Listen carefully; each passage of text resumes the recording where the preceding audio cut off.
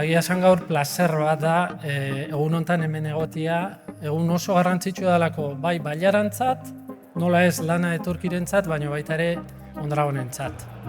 Baita ere pozgarria da, hemen ikusten delako ambizioa.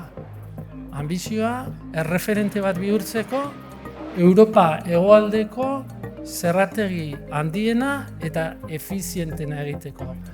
Eta erreferenteak behar ditugu herri honetan, eta hemen erreferentzi bat ikusten dugu, ez? Nik uste garrantzitsu dela kontzeptu hauek, ez? Gu azkin kooperatiba gea, bertaku egea, gauzak egiten jarraituko dugu.